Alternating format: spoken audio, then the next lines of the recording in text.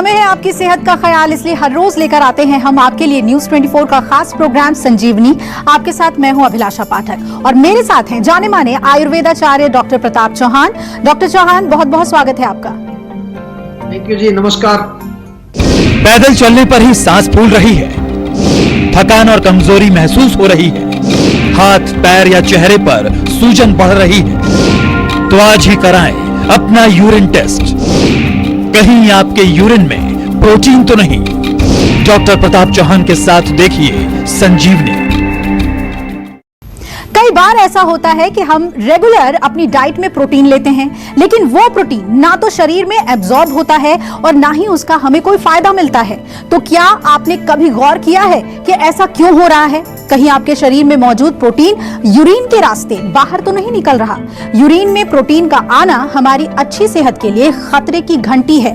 Urine में protein आने के कारण, लक्षण, गंभीर परिणाम और सही आयुर्वेदिक इलाज क्या है, आज संजीवनी में डॉक्टर प्रताप चौहान से हम इसी पर बात करेंगे। तो डॉक्टर चौहान, सबसे पहले तो हमारे दर्शकों को यह बताएं कि यूरिन में प्रोटीन आने का क्या मतलब होता है और इसके मायने क्या हैं? देखिए, बहुत अच्छा विषय है। सभी से मैं निवेदन करूंगा ध्यान से सुने, क्योंकि अगर आप इसको ध्यान से सुनेंगे तो आपको कई चीजें बहुत महत्वपूर्ण मालूम चलेंगी। प्रोटीन हमारे शरीर में एक बहुत ही महत्वपूर्ण, एक हमारे शरीर का एक बॉडी बिल्डर उसको कहते हैं, क्योंकि कई चीजों के निर्माण में प्रोटीन काम आते हैं। और मुख्य रूप से एल्बुमिन के नाम से प्रोटीन जो होता है वो बहुत इंपॉर्टेंट होता है हमारे शरीर में। जब हमारे शरीर में जो है रक्त के अंदर मिलकर के प्रोटीन पूरे शरीर में सर्कुलेट करता है, और इस सर्कुलेशन के दौरान एक ऐसा पड़ाव आता है जब इसको किडनी में से गुजरना होता है। हमारे रक्त को जो है किडनी में से गुजरना होता है, और वहां पर जो वेस्ट प्रोडक्ट हमारे ब्लड के अंदर है उनको यूरिन के माध्यम से बाहर अलग कर दिया जाता है, वो बाहर निकल जाते हैं।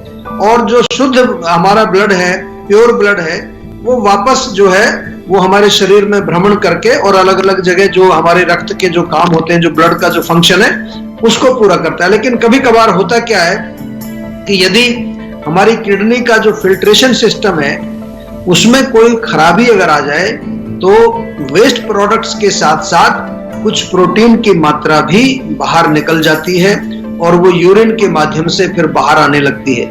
और इसको आमतौर पर प्रोटीन यूरिया या एल्बुमिनेरिया इसको अंग्रेजी भाषा में कहा जाता है इस रोग को। खास तौर से वो लोग जिनको हाई ब्लड प्रेशर रहता है या जिनको डायबिटीज रहती है, कभी कभार जो है अगर आप पानी कम पीते हैं, डिहाइड्रेशन है, आपके शरीर के अंदर पानी की कमी है, लो बीपी में भी देखा गया है, या किडनी में स्टोन्स जिन लोगों को होते हैं, या बार बार बुखार जिनको होता है लोगों को, या बुखार की कंडीशन के अंदर, और मानसिक तनाव को मत भूलिए। आजकल मानसिक तनाव बहुत ज्यादा है लोगों में, बहुत सारे कारण हैं। कोविड के दौरान बहुत सारे पेशेंट हमारे पास आ रहे हैं जिनको के अजीब अजीब जो है सिम्टम्स, जो कोविड पॉजिटिव पेशेंट भी जो रह चुके हैं, ऐसे पेशेंट भी बहुत आ रहे हैं। और सभी से मेरा निवेदन है कि आप आज ये विषय है जो इसको ध्यान से समझिए कि कभी कभार जो है मानसिक तनाव के कारण भी आपको जो है शरीर में या ऑर्गन्स में खराबी आ सकती है।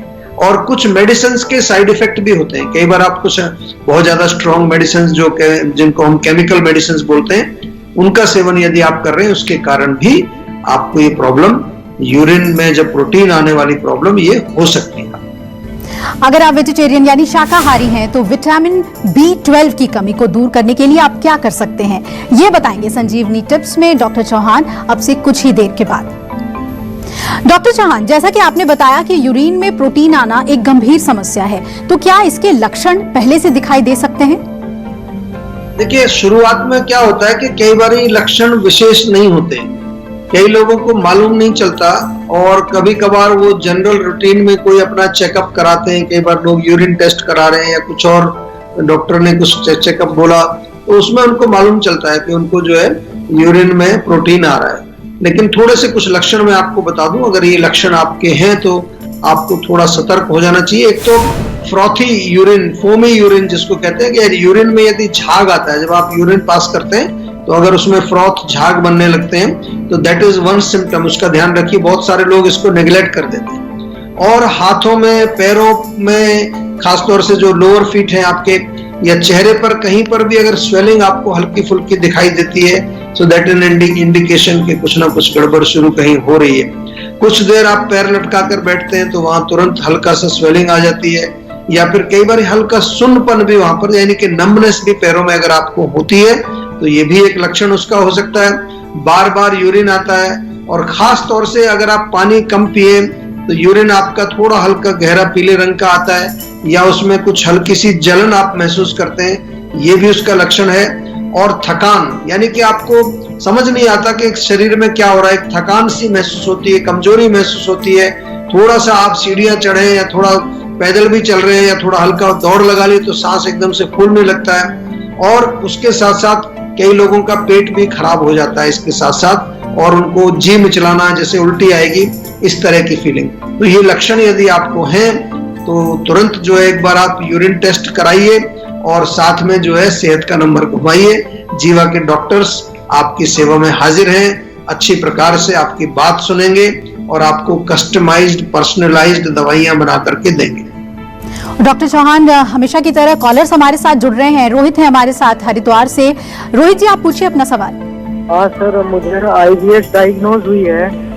अच्छा। तो सर मेडिसिन भी चल रही है 2-3 महीने से, लेकिन कोई रिलीफ नहीं है और कई बार मोशन जाना पड़ता है। घबराने की कोई जरूरत नहीं। अभी फिलहाल के लिए एक छोटा सा मैं आपको एक सुझाव दे रहा हूँ। सौंठ का चूर्ण जो होता है, सौंठ का चूर्ण, और उसमें बराबर मात्रा में जीरा पाउडर और धनिया पाउडर मिला लीजिए, 3 चीजें। ये मिक्सचर बना करके इसमें से 1-1 चम्मच सुबह शाम गुनगुने पानी से लेना है। खाली पेट भी ले सकते हैं, भोजन के पश्चात भी आप इसको ले सकते हैं। ये शुरू करिए। घर में अगर आप दही तो बनाते ही हैं, दही का पतला सा छाछ बनाइए, वो भी बहुत बढ़िया। उसमें भुना हुआ जीरा, थोड़ा सा काला नमक डाल सकते हैं, या हरा पुदीना, हरा धनिया पीस करके वो थोड़ा पेस्ट मिला सकते हैं। ये शुरू करिए, इससे थोड़ा थोड़ा रिलीफ आना शुरू होगा।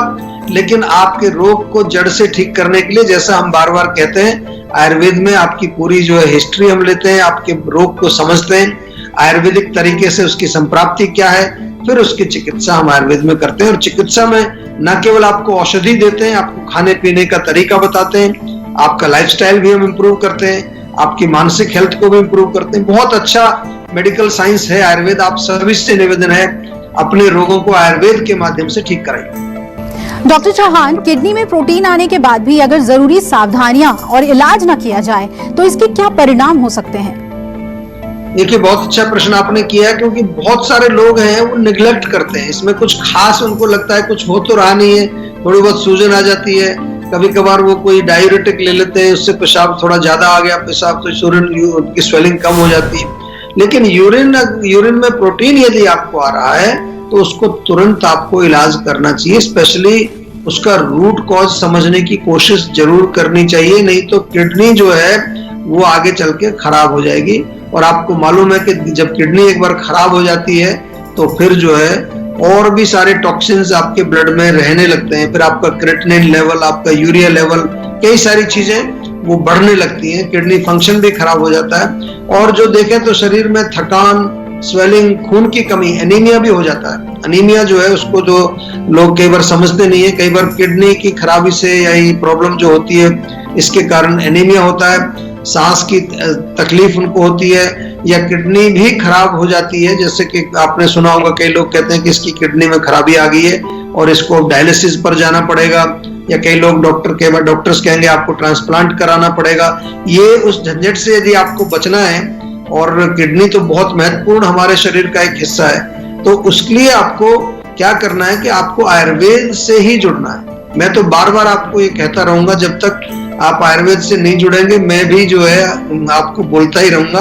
क्योंकि आयुर्वेद में जब आप हमारे पास आते हैं तो उस समय क्या होता है कि पहले पेशेंट का हम पूरा जो है एक विश्लेषण करते हैं, उसकी प्रकृति क्या है, उसकी विकृति क्या है, उसकी आयु कितनी है, उसकी पास्ट हिस्ट्री क्या है, उसकी फैमिली हिस्ट्री क्या है, बहुत सारी चीजों का जो है एक एनालिसिस करके फिर एक रूट कॉज उसका बनाया जाता है कि किस वजह से आपको ये प्रोटीन यूरिन के अंदर आ रहा है। और उसके बाद फिर हम आपको औषधियां देते हैं, और उसमें किडनी को मजबूत करने की औषधियां भी देते हैं, या और भी कोई जो हमारे शारीरिक लेवल पर जो दोष हैं, हमारे वात पित्त कफ, या हमारे धातु हैं, या हमारे स्रोतस हैं, उनमें जो भी विकार हमें दिखता है उस विकार को हम आयुर्वेदिक दवाइयों से ठीक करने के लिए प्रयास करते हैं और बहुत अच्छे रिजल्ट मिलते हैं। कोई डरने वाली बात नहीं है। आप एक बार आयुर्वेद से जुड़ेंगे तो मैं ये बिल्कुल कह सकता हूं कि आप हमेशा लाइफ लॉन्ग आयुर्वेद से जुड़े रहेंगे। और चलिए अब बारी है आज की संजीवनी की।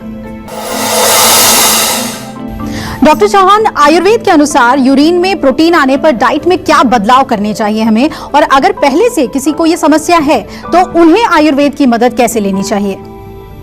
देखिए सरल है, बहुत सरल है। एक तो मैं जैसे बार बार आपको कहता हूं कि जो 2-3 ऐसे कॉमन शब्द हैं वो आपको समझने चाहिए। मैं आपको एक बार बार बताता हूं कि अल्कलाइन डाइट आपको लेनी चाहिए, क्योंकि जब भी हमारी किडनी में कोई प्रॉब्लम आती है तो वहां हम जो है एसिडिक फूड्स को मना करते हैं। एसिडिक मीडियम की कोई भी चीज होगी वो उसको और खराब करेगी।